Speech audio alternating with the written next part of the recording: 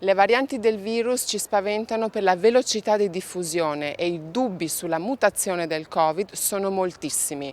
Questi ci dovrebbero far riflettere, ma i cittadini come si devono preparare all'impatto con le varianti? Lo abbiamo chiesto direttamente alle persone. Non siamo ancora certi che questo Covid se ne sia andato, anzi dovremmo io ad esempio ho più paura adesso che perché si è più liberi di fare e ci sono tante persone che non sono ancora vaccinate. Io sono vaccinata, mi sento un po' più protetta, comunque abbastanza tranquilla, dir la verità, non è che mi sia messa in testa che mi ammalo, no, perché poi abbiamo un destino, no?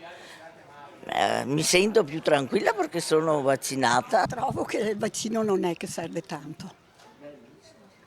Io l'ho fatto, non trovo che il vaccino almeno non è stato testato tanto, cioè non è sicuro.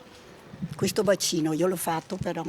Ma non ho più pallida idea di cosa, non di cosa sia, di come può evolvere la cosa o andare avanti la cosa, perché bisogna lasciare a chi di dovere gestire la cosa più che altro. Purtroppo sono oberato di informazioni, cerco di fare del mio meglio per contribuire, ma Secondo lei cosa bisognerebbe fare? cercare di avere un po' di buonsenso, niente di più.